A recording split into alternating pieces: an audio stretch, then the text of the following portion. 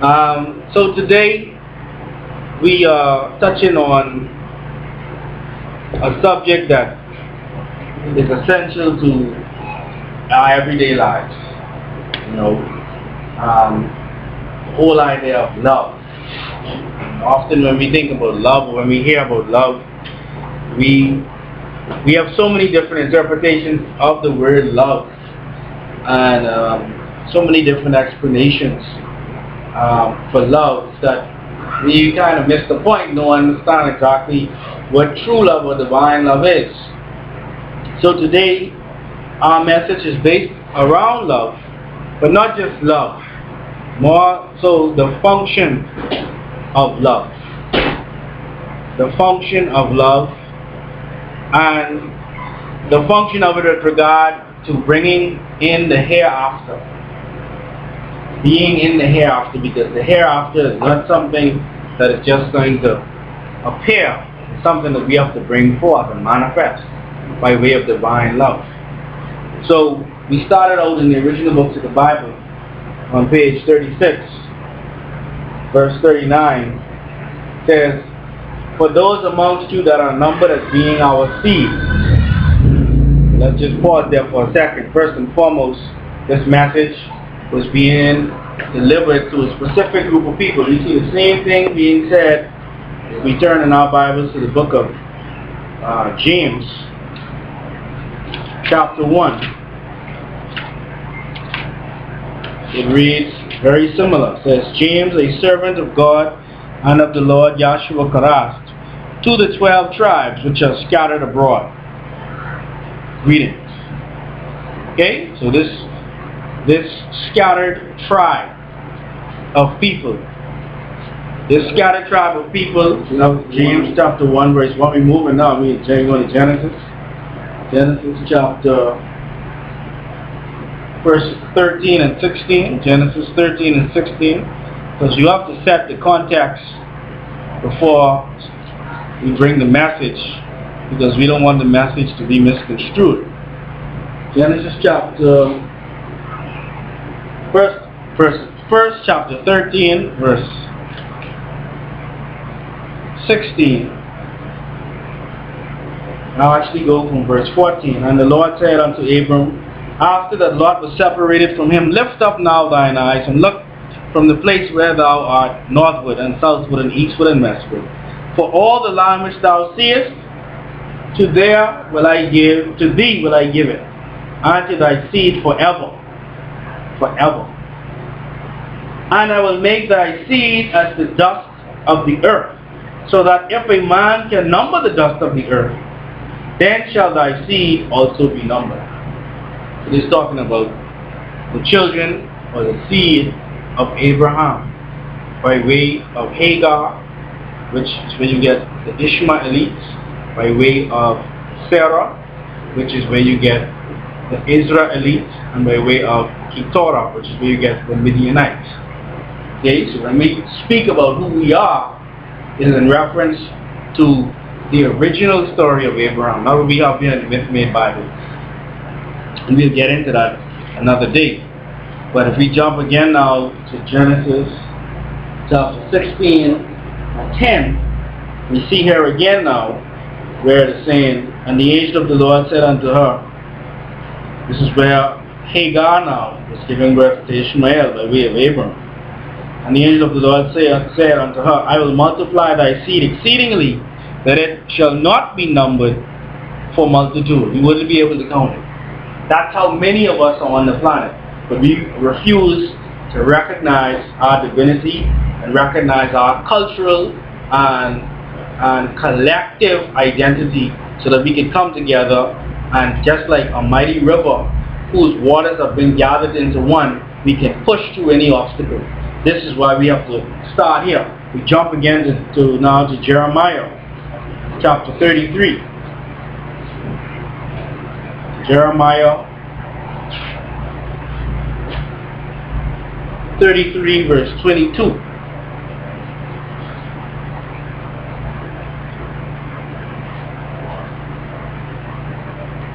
And we'll see again the same covenant, the same promise the same reality that today still exists, but we have suffered so horribly from this amnesia that we have forgotten. So Jeremiah 33 and verse 22 reads, as the host of heaven cannot be numbered. So now we're not really talking about the scattered seed on the planet. We're talking about the host of heaven now. The host of heaven cannot be numbered, neither the sand of the sea measured. So will I multiply the seed of David my servant, and the Levites that minister unto me. The priestly order of the Levites. Okay? So this is who this message first and foremost was given to, and then all others in humanity.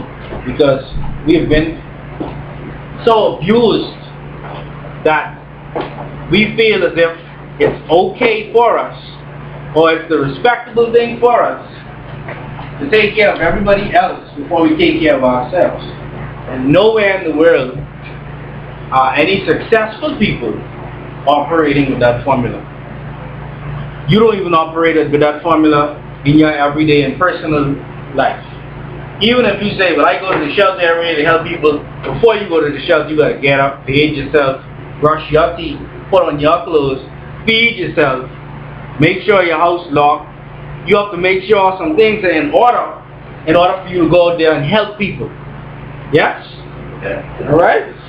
So we move on now. It says, knowing this will allow you to understand how we as guardian descendants, or those who came down to us, onto guardian ancestors, or those who raised in degrees or levels, to actually be initiated into the angelic mystery schools, both of whom are guardian angelic helpers. They come to manifest from the great circle known as the great crystal city, or raised Manjet, which we see in the Bible as the New Jerusalem in Revelation 21, where sits the throne of wisdom down to this meager place called Tar Earth. And so it was, as this is how the events of creation and pre-creation were recorded or inscribed by the Tamarayan hand of the guardians, known as the guardian angelic helper Tahuti. The first, Michael, whose true angelic title, Michael, asked the question as a defender of the seat of the Most High, who dares to say they are like Yilun the highest? So this Michael, who in ancient African teachings is one who sat in the seat, originally Tahuti. Okay? As his name, or as he entered the angelic order, whereby his name became Michael, that title Michael asks the question, who dares to say they are like the Most High?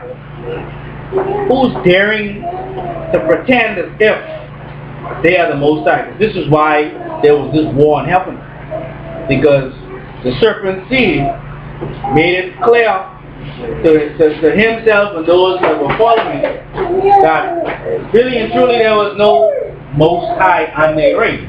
This was some plan that was concocted by the seraphim so that they could be worshiping the seraphim, not knowing that he had not raised in degrees to be admitted into the order of the Most High, as Melchizedek is in the order of the Most High in the book of Hebrews, whereby you learn to merge in with the Most High, merge in with the elements, the attributes, the morals, everything that is in nature. You merge in and become a part of it, and you become an extension of it, right? And this is how we're going to actually explain divine love today, because this is what we have to do. It goes on to say, all of this occurred when life existed in and beyond the stars, for which reason we declare the all is, was, and will be. Moreover, energy was set in motion. Energy was set in motion, by which these energies became manifested as emotions, which were made manifest and known as Nasaru, within its very own nature, called Nasaru Shel Nasaru, or the nature of nature, merely the personality of nature, felt within itself a love, a divine love, which the ancients called Ashug, that is unknown or felt by those that are both unbalanced and imbalanced beings. So, there's a period whereby we have what is known as pre-creation, on into creation, where the story is being told in and beyond the stars. In and beyond the stars. Okay, we know that this is a reality because we have the sons of God coming into the daughters of men, and they say they're coming from the heavens, and they don't say exactly where they're coming from.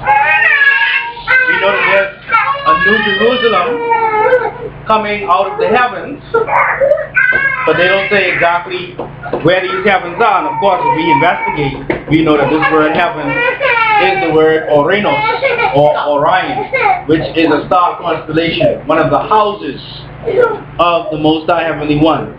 So this divine love, which is known as Shug,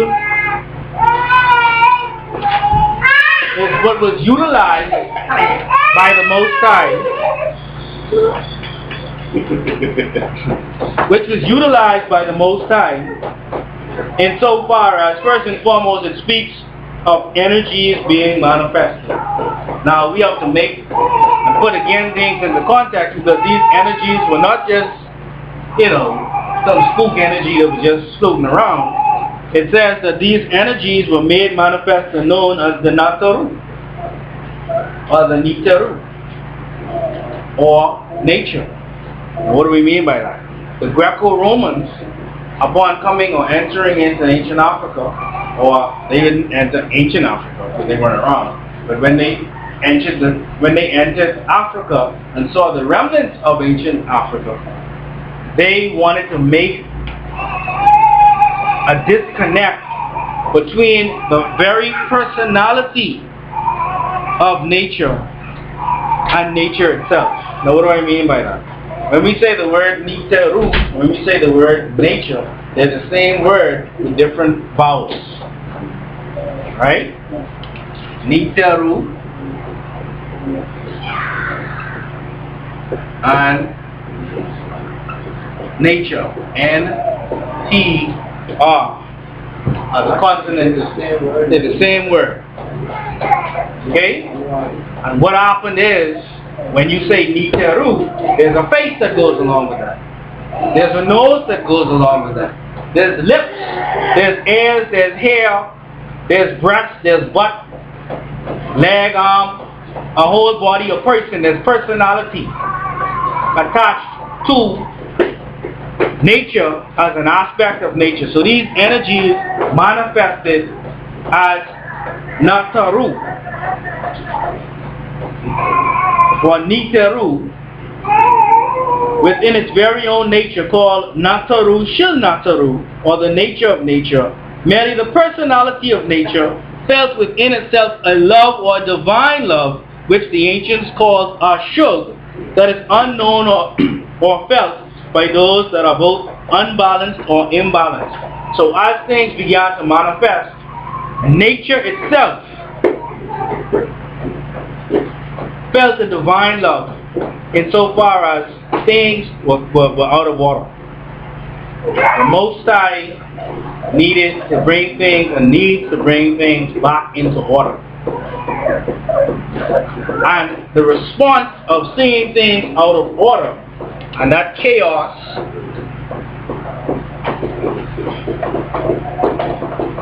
is known as its foot or disorder. That chaos in being put back into order by the Most High Heavenly One was done so by way of the guardian angelic hosts. Right? Now we say that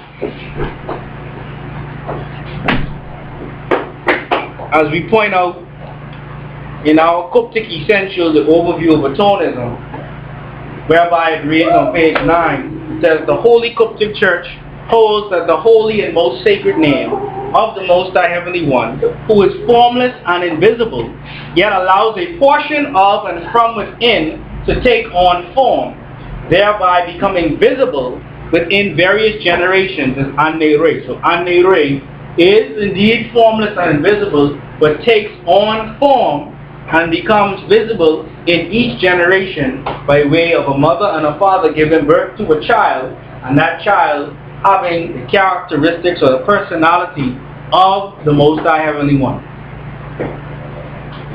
By way of their parents, and by way of their parents, and by way of their parents, there comes a point in time where that seed of the mother and the father ripens to the point where you get the child that represents the Most High in that generation. This is how we perceive the Most High. Okay? And it's not just one. Because we just spoke about in Jeremiah that the heavenly hosts are what? We cannot number them. Yes?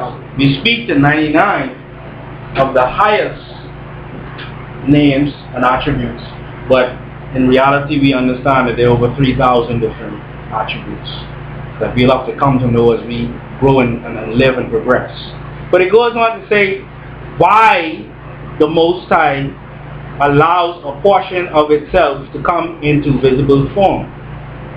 And I thought this was pretty remarkable, to say the least, because oftentimes we think of the Most High, yes, we know the Most High is all present and all powerful and all knowing, but it says this is done in order to allow the Most High Heavenly One to feel and perceive that which humanity is experiencing, in order that the guardian angelic host be given proper programming and guidance as to how they must interact with and instruct humanity.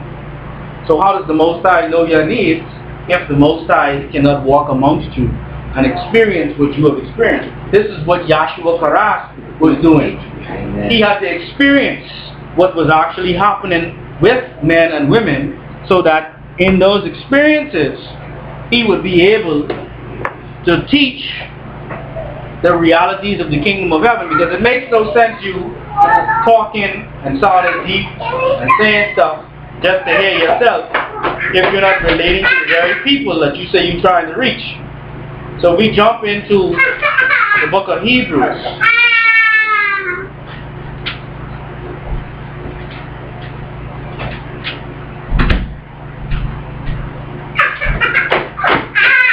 The book of Hebrews says, this is chapter 5 now. For every high priest taken from among men is ordained for men in things pertaining to God. So where was the high priest taken from? Among men. So you understood the pressures and the burdens of everyday life because you lived it. Maybe you understand why the bus don't pull over when they let people off. Because you know when they pull off, people don't let them back on the road. I ain't saying it right, but if you catch the bus long enough, you'll understand. You wouldn't want them to pull up here if you're trying to get to work. It's a problem with the system, not the bus. I'm just using that as an example, right? You being among men and women and humanity would understand the pressures of having so many bills mounting up on you and not having enough money to pay those bills, but having an opportunity to do that one thing that could put you over the top. What they call them, square goobers. If you ain't strong, and if you're not girdled by righteousness, if you're not girdled by the ability to see the consequences of your actions, it's easy to go on the beach and find that bail and say, yeah boy, we straight. Because we understand, we suffering. I know somebody who can get rid of this for me, and I got some money. You got you got to be able to endure, and it's not easy. I keep it real today. It's not easy to see that and they can call the police. Because you saying to yourself, the police can't go sell it. That might never make the station. That's all of the excuses and all of the reasons we want to give ourselves to find an easy way to get through these obstacles. Not knowing that you're being prepared and the obstacles that you're facing is so that you can actually relate to the person that later on you're going to have to help when you are called to be a high priest. So it says, for every high priest taken from among men is ordained for men and things pertaining to God, that he may offer both gifts and sacrifice for sins. Who can have compassion on the ignorant, and on them that are out of the way, for that he himself also is compassed with infirmity. You yourself once would have had to been ignorant. You yourself once would have had to been living a particular way of life to be able to speak to somebody and say, man, I was there. Because quite honestly, if you're talking to somebody who was never there, it's really hard to listen to them. You can't come to me with your silver spoon, pull it out your mouth right before you see me, put it in your pocket and say, well, you know, if I could do it, so can you. Really? Put you straight. You got that old money. You got that money that slavery made. And you alright. And now you looking at me and telling me I don't work hard enough and I just lazy and I really don't want the finer things in life because I am willing to sacrifice. We are the sacrifice. We are the ones that put the system on our back and built it. So the Most High Heavenly One sends a portion of itself to experience the actual troubles and the burdens and the pleasures of humanity, so that that becomes a part of what we understand as the Karast consciousness. Some say the universal consciousness. Alright? So what sparks this whole will to send the guardian angelic host into our midst is what we understand as Ashug, which today has been watered down as love. Love is lust. You see the car, you see the woman or the man, depending on if you man or woman, you see the house, you see, and you love that. And you find out, if you watch, because I like to watch Hollywood stories or E-News. I love to watch E-News. Because it reminds me that no matter how much money you have, these people with all this money, they still ain't happy. You rich, she rich, what is there to argue about? Issues don't go anywhere. You still got to deal with yourself. You got 10 cars, but you want 11. You understand? You got a 2012, but you don't have a 2013 model. And you find out who going to jail. And I'm like, y'all just bothered us. What's the girl name? Paris Hilton, and what the next one is? Lindsay Lohan. The other one, they let him get back into the movies. Robert Downey Jr. Don't forget now, last decade he was in court every day. Only time he wasn't in court is when he was in jail. And Charlie Sheen, they put him on house arrest. He made a commercial. Making money. No, I love house arrest. He's laughing at it because he understands it's just us, right? So I watch these things to remind me that it's not about having things that allows us to actually be happy. Yes, they love those things, but eventually the feeling of love goes away and they need something else to replace the void that has been left, because this lust doesn't exist. But our shug doesn't work that way. Our shug is a part of the enduring spirit, the enduring soul. Please don't write on that. And to be a part of the enduring spirit or the enduring soul means that the very vibration that came out of what we understand is the Nagut, the dot that gave birth to pre-existence, or I should say pre-creation, nothingness, a state whereby scientists today refer to it as subatomic. As we say every day here in the Qubtic Church,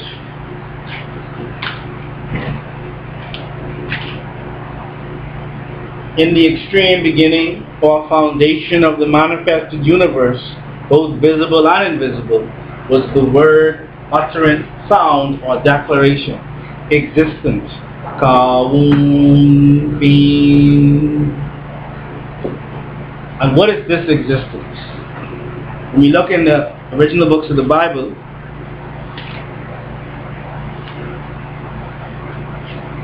it speaks of this existence.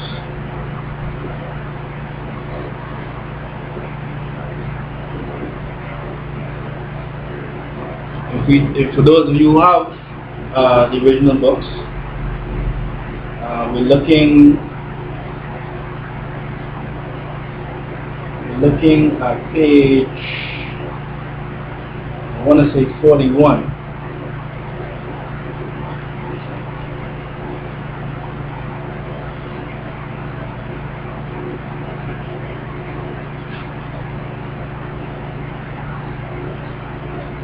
Sorry, page 60. Page 60.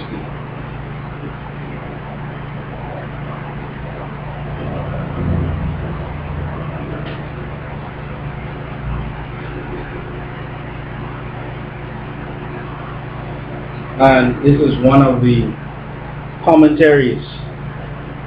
It's the second paragraph. It says, in Tamaraic, which is the language of the ancient Africans, the word for word is kalam, K-A-L-A-M, which just so happens to be a portion of the word kulum, meaning all-inclusive of earth, all-inclusive of earth. And this precept of allness further has its root, the word lo, which is a formula introducing mention of the surprising fact of your destiny.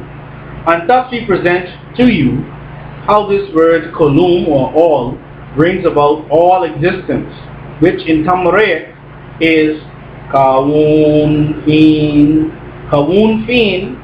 and in Lubeck it is kun fayakun. Say kun fayakun, which is to say exist, and into existence things came.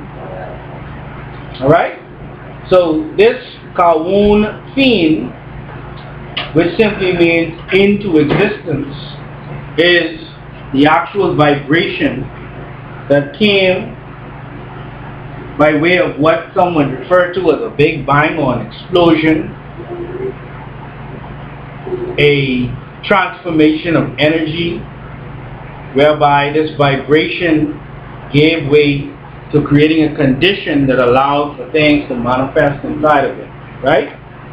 So this aspect of love called ashug is the will, or is what prompted the will of the Most High to send forth the guardian angelic host. Now, how does this apply to us? It applies to us in a very simple yet less observed, or in a way whereby we understand it to a degree but we don't practice it. We see all of the degradation, we see all of the crime, we see our fragmented communities in a state of disarray and disrepair, and we feel defeated. We feel like there's not anything that we can personally do to fix it. Most we feel we can do nowadays is get a gated community together and stay away from it. Let's put our energy into doing that, because to put our energy into actually fixing these communities and maybe helping some of these young men, especially as far as crime is concerned, and our young women with regards to teenage pregnancy and all the other things that they suffering with, right? Instead of putting our energies there, we say we've given up on that. Our hearts have become cold as we look in the book of Matthew. Let's go to the book of Matthew. Because it said that these things were going to happen in the last days. And this, of course, is when Yahshua is speaking to his disciples. Matthew 24.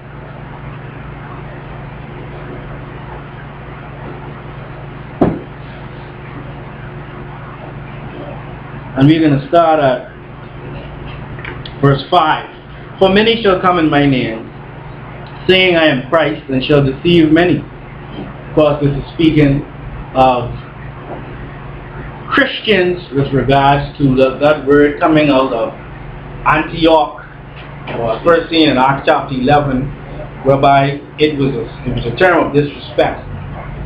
Yahshua was never called a Christian, and his disciples were never called Christians until they hit Antioch, and they were being disrespected. If you go and do a little bit of research on YouTube, not even, you ain't got to do no reading. You go to the History Channel, they got movie, the picture and things talking about Antiochus. They don't call them, they say Antiochus. They talk about Alexander the Greek coming in, and then the Seleucids taking over after him, and Ptolemy, and then later on you have Antiochus, or Antiochus, and the fact that he was the one who really wanted to destroy the Jewish religion. He was the one who was killing the pigs inside of their temples, and he was the one who was disrespecting their way of life. But they weren't calling themselves Christians. So he wasn't necessarily interested in destroying Christianity because there was no Christianity to destroy. But that's a whole other story. So this whole idea of being a Christian is what Jesus or Yahshua was warning his disciples about. He said, they can come and change this doctrine. And ye shall hear of wars and rumors of wars. See that ye be not troubled, for all these things must come to pass, but the end is not yet. That's where we are now. For nation shall rise against nation, and kingdom against kingdom, and there shall be families and pestilences and earthquakes in divers places. All these are the beginnings of sorrows. Then shall they deliver you up to be afflicted, and shall kill you, and ye shall be hated of all nations for my name's sake. The so-called Jews love to act or claim as if they're the most hated nation. What a joke. What a joke. Yet they sit on the UN Council. They sit amongst the world leaders, and they have a voice. Where we as Africans are scattered and called minorities in places where we truly are the majority, because they want to separate Latino from black, from Caribbean, and we will be all the same people. There's a billion of us on this planet. If we really come together, billions, it is over 6 billion people on the planet, and the majority of Africans, if we look at shake your family tree and get in and see who fall out, you see that there are, as the brothers say, billions, or as the scriptures say, you can't count. Right? So it goes on to say, and then shall many be offended, and shall betray one another, and shall hate one another. And many false prophets shall rise, and shall deceive many. But why are the false prophets able to rise? Well, first of all, we suffer from this amnesia. This, some would say, erasure. Saber Ahmed Isaiah, who is Saber, a great teacher coming out of Minnesota, he speaks of it as an erasure, whereby you've had your story erased. And when they erased that story, you became the walking dead. And once you became the walking dead, the vultures, or in this instance they say the eagles, began to fly over and swoop in on you, because the eagle is a bird of prey. They said, oh, we'll kill the boy, we'll give them our story, which really is the Greco-Roman story. And so once you start to believe something, then you start to manifest it. And the corrupt people have given you a message of salvation, then your salvation and your grace, which is what we're going to get into in a little bit, is also then corrupted. So you remain fragmented, you remain lost, you remain hurt, you remain suffering. Even though you go into church every week and you do what you're supposed to do, and you got your cross on, and you put it up in your house, and you pray every morning, and you do everything you're supposed to do, but you're still suffering. You can't figure it out why. And it's a simple solution. So when we step away from ourselves and just look at things practically, if you buy an Apple computer, or if you buy a Toyota, or if you buy a Jaguar or BMW, do they not have factory parts for all of those things? If you carry your Jaguar to the Toyota factory, they make it up, some parts would make it fit, kind of, but the car will not run at an optimum rate. If you take your Apple computer and you try to put PC parts or PC programs into it, it's not going to work. It ain't like it can work a little bit. It ain't going to work. Because Apple don't play that. And that's the same thing with us. If you were birthed, if you were made, if you were processed, if you were galvanized, if you were actually conditioned and cultured in Africa, then the very software, the information, the things that's going to make you actually run efficiently, they should be African. And we say African as a continent, not as a country, because there are many different countries. So every software is not going to look the same. There are many types of software that are African. Yeah? And then you got ancient Africa, where the original software was created, that created the offshoots. You see? But it goes on further to say, and because iniquity shall abound, the love of many shall wax cold. But he that shall endure unto the end, the same shall be saved. So this iniquity that's abounding right now is the wickedness, the imbalance and the unbalanced conditions that keeps us in a state of fragmentation, that keeps us in a state whereby we continuously in this wilderness circling, just like the so-called Israelites were circling for 40 years, trying to find the land of Canaan, trying to find Jordan so they could cross it, but they couldn't. They were blinded. They were put into confusion. And this is where we are as a people now, trying to find our way, but we don't understand that the bridge that we're looking for to get to what is heaven is culture, is religious identity.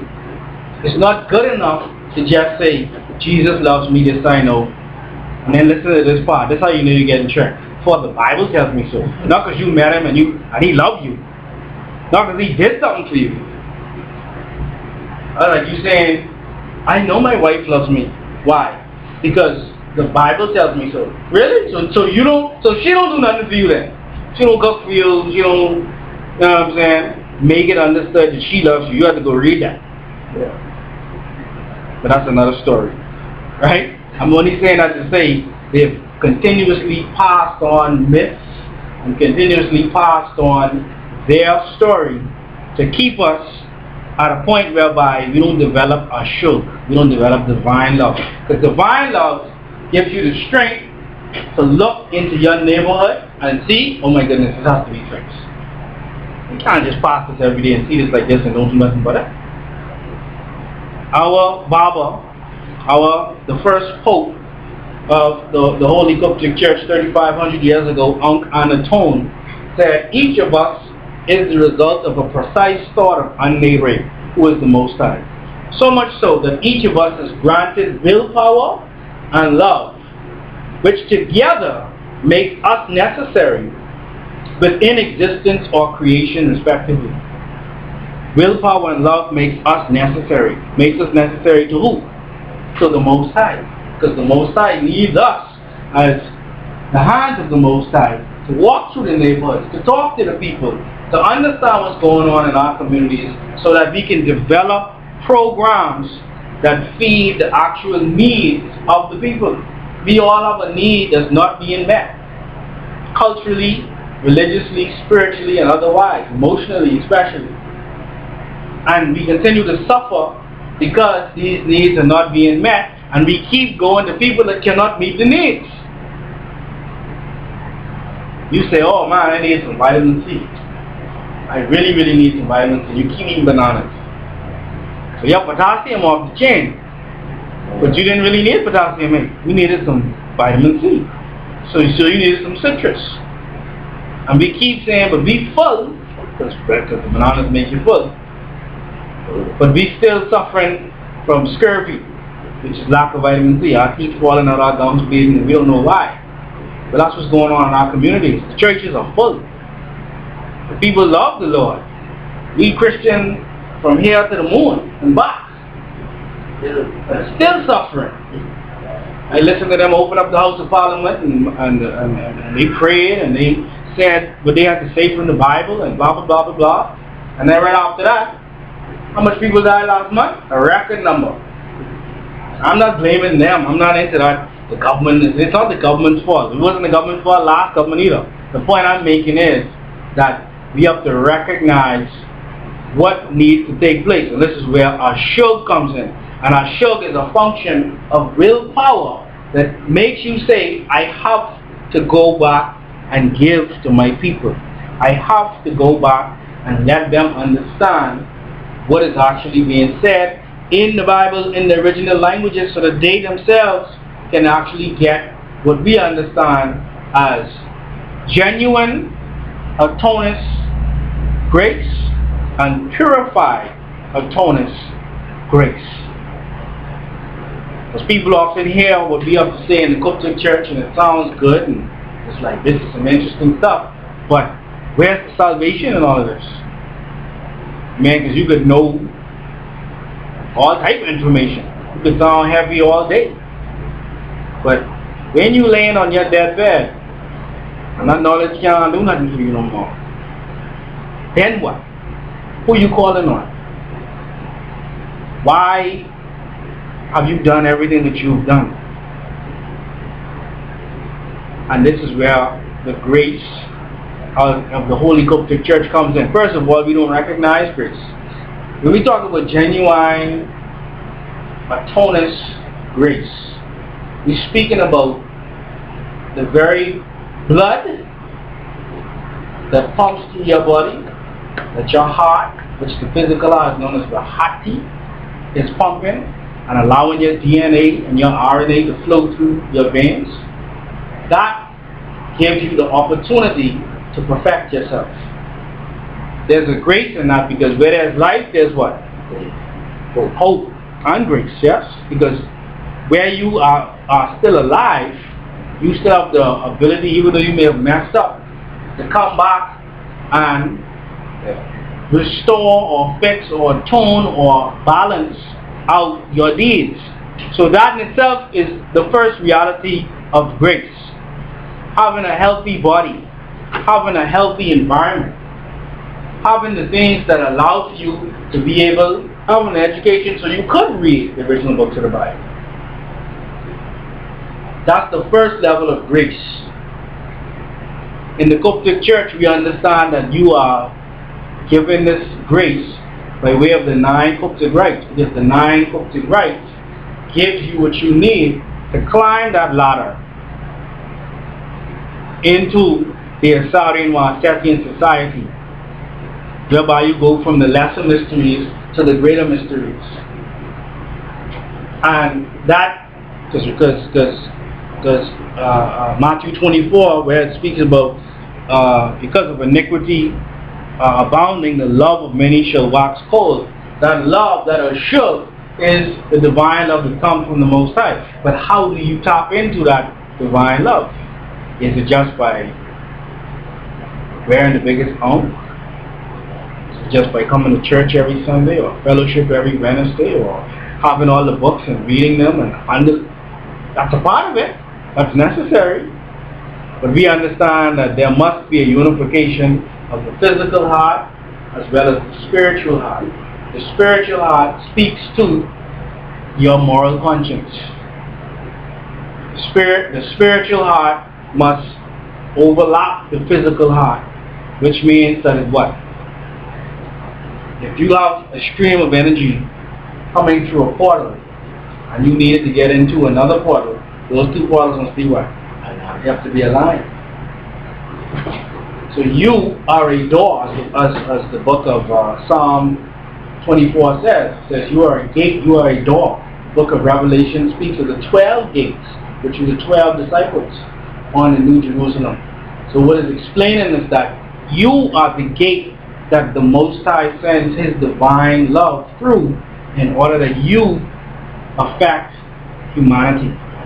Because once you have genuine atonist grace, whereby you are walking through the 9 rites and you are taking care of your body and your family, you're doing everything, then that sets you up now to, I shouldn't say, sets you up and nudges you to the point where every opportunity that you take, and this is something that you'll experience in atonism, there'll be opportunities that you are allowed to take that allows you to experience what you need to experience, so that you effectively start to align your physical heart with your spiritual heart, and then the divine love of the Most High Heavenly One Ray comes through you, which allows then for the heavenly conditions that the Most High exists in to also now start to be around you. So you literally are bringing heaven to earth by your experiences and the experience you give others. Because when they see you, they see the Most High. And that's what Joshua was saying. When you see me, you see the Father. This is what atonism is. Where you align or become one with all nature, all attributes, all elements, all love, divine love. And once that is coming through you, and once you have the ability to utilize it, then you become the change. And this is what the Most High Heavenly One, by sending prophets, by sending angels, by sending scriptures, by sending all the things today that religion is based on, these things allows for heaven to come to earth. But there was an evil plan whereby that portal was disconnected, and the original books that were put in place to bring heaven to earth were burned, or they were hidden, and they were rewritten in a subtle way, whereby when we read the myth-made Bible today, we think that it's God's word, when really it's the words of men actually trying to pretend as if they are God. And this is why they have been warned in the book of Revelation that if they do not get themselves in order, that divine love, that ashug, will be utilized again to send forth the warrior angels that will come with the double-edged sword to cut up the lies. Yes, the sickle is for the gathering, and the double-edged sword is to cut up the lies. See? Because if we jump over to Revelation,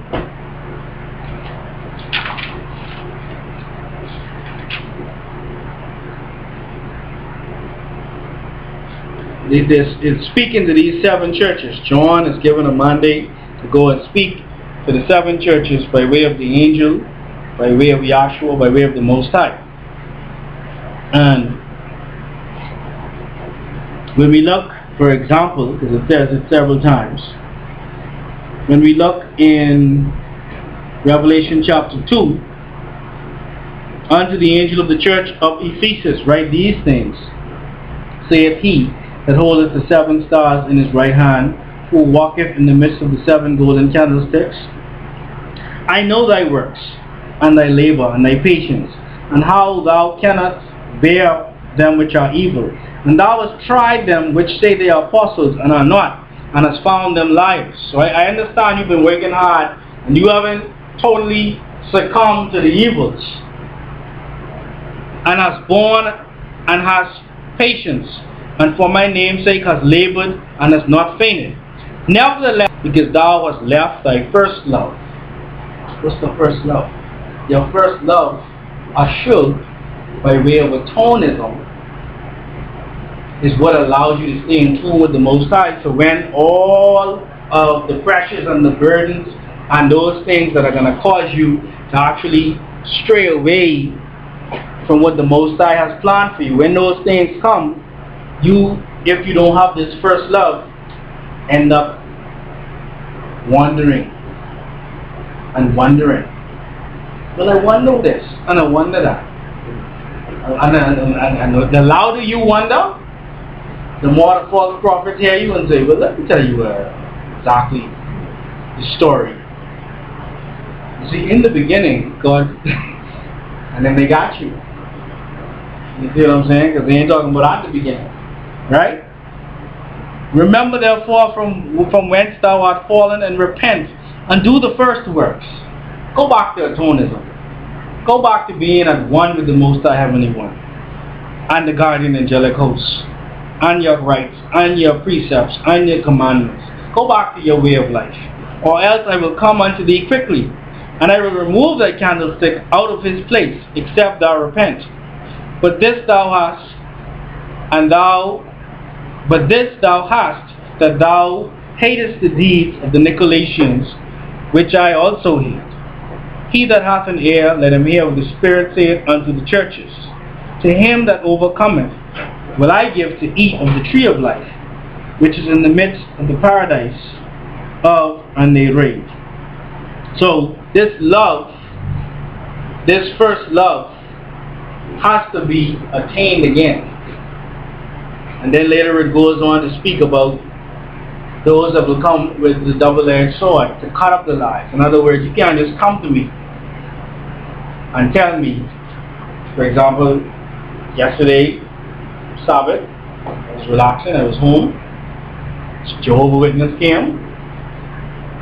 I told him if he'd come back another time, I'd speak with him, so I held my promise. I sat with him and his family, and we got to the point of the name of the Most High Heavenly One, and the fact that the word Jehovah is a corruption of the tetragrammaton HYWH, which comes out of Tamareus, Hu-He, and the fact that we have to go back to the original languages if we expect to actually get the original message. And his answer simply was, doesn't matter. Doesn't matter what you call God. Doesn't matter. I say, well, doesn't it say, hallowed be thy name? Holy be thy name? If a name is whole, I mean it's unpolluted, unadulterated. And this is the same thing we have to understand when it comes to our way of life, atonism. We cannot compromise this. We can't say, I can be a little bit of this, and I can be a little bit of that. We must go back to the root. We must go back to the origin if we expect for our souls to be restored. Because the 23rd Psalm says, He restoreth my soul. That word restoreth means what again? Shub. Shub. Shu. You hear the shu again? The wind, the breath, as in Ashub. The wind, the breath. The double portion of the Spirit. And that word is defined as going back to the origin. So you cannot be converted. And the word converted again in Psalms is shub, to a religion that doesn't originate with your cultural identity. All you could be is a slave to any religion that does not have your cultural interests at hand. So the function of our shub then, and the function that we need to have in humanity and in society, is to have the willpower to care enough to want to make things better. We're dealing with philo, or philo, the Greek word, lust. That's not what we're dealing with when we say love. We're talking about divine love, a show, where the Most High sends a portion of itself in each generation. Even though in the myth-made Bible, we are told that He sent His only begotten Son. Even though that's contradicted by way of the Bible, insofar as there were many sons of God littered through the Bible. So it had to be for that generation, as Asaru was the first sacrificial lamb in his generation over 10,000 years ago. As Aset was the first Kabawa, or the first lady of the rib, or that female, or that sister, or that mother that held the knowledge of the Most High, so that she could sit on the throne and rule the land, as Asaru, who was the leader, went out and propagated and taught atonism, and taught one love and one culture and one respect and self-reliance and self-love and self. We cannot compromise that. You cannot say you love somebody else if you don't first love yourself. You can't say you love the Most High Heavenly One when you don't love your very own brothers and sisters that you could see and touch and feel and talk to. Right? You can't say you want to go to heaven and be in streets of gold and drink milk and honey, yet your front yard or your backyard or your neighborhood is littered with garbage. You must first create heaven on earth. You must first understand and appreciate what heaven is. Otherwise, when you get there, you wouldn't appreciate that either. Because people who don't take care of their homes, when you bring them to yours, they won't take care of yours either. And this is what we have to do. We have to allow a shug to come through us so that the heavenly conditions first and foremost reside in us, and then they manifest through us to all others. And this is the function of a shug within the Holy Qubtic Church. And with that I say, Amen.